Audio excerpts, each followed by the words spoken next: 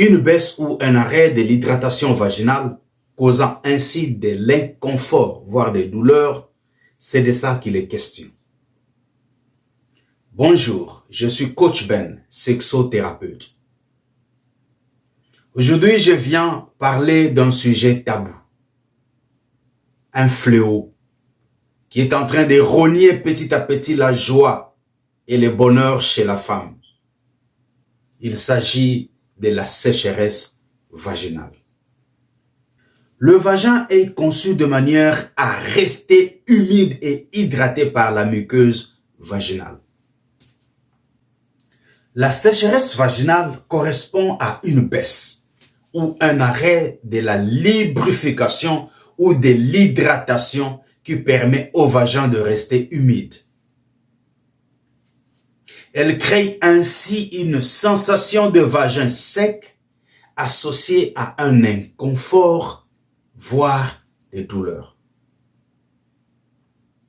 Donc, on parle de la sécheresse vaginale lorsque le vagin n'est pas correctement hydraté naturellement. La sécheresse vaginale peut être provoquée par plusieurs facteurs. Des facteurs psychologiques tels que le stress et l'anxiété généralisée. Il y a aussi le facteur de bouleversement hormonal. Aussi une infection génitale. Pourquoi pas un moyen contraceptif?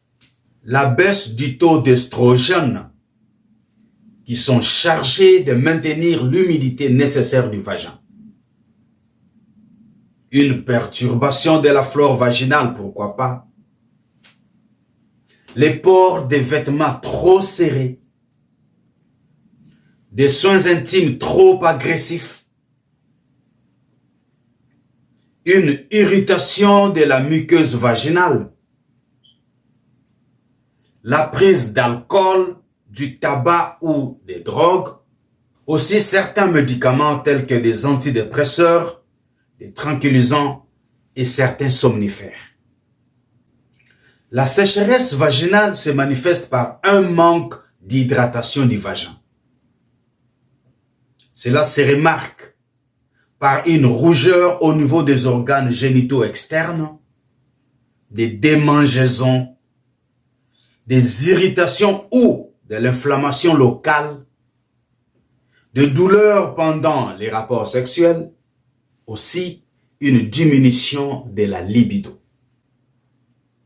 La sécheresse vaginale est susceptible d'augmenter les risques d'infections sexuellement transmissibles et infections urinaires.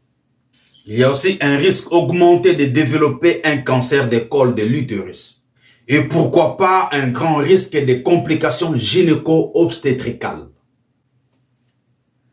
En cas de sécheresse vaginale, il est recommandé de réhydrater le vagin avec de l'huile de rose que j'ai le plaisir de vous présenter.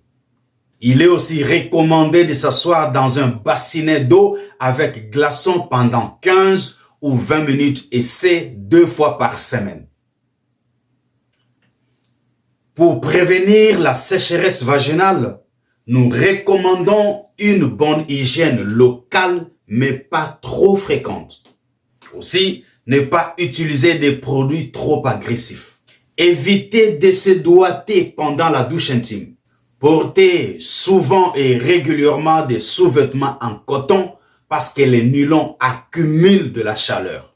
Aussi, respectez une bonne hygiène de vie et pourquoi pas arrêter de fumer. Il est toujours recommandé de consulter un médecin généraliste, lequel pourrait faire les transferts vers un gynécologue ou un urologue. Il est aussi recommandé de voir un sexologue ou un sexothérapeute. Avec cette information, nous pouvons ensemble lutter contre ce fléau qu'est la sécheresse vaginale et remettre le sourire sur le visage de plusieurs femmes qui en sont victimes. Au revoir.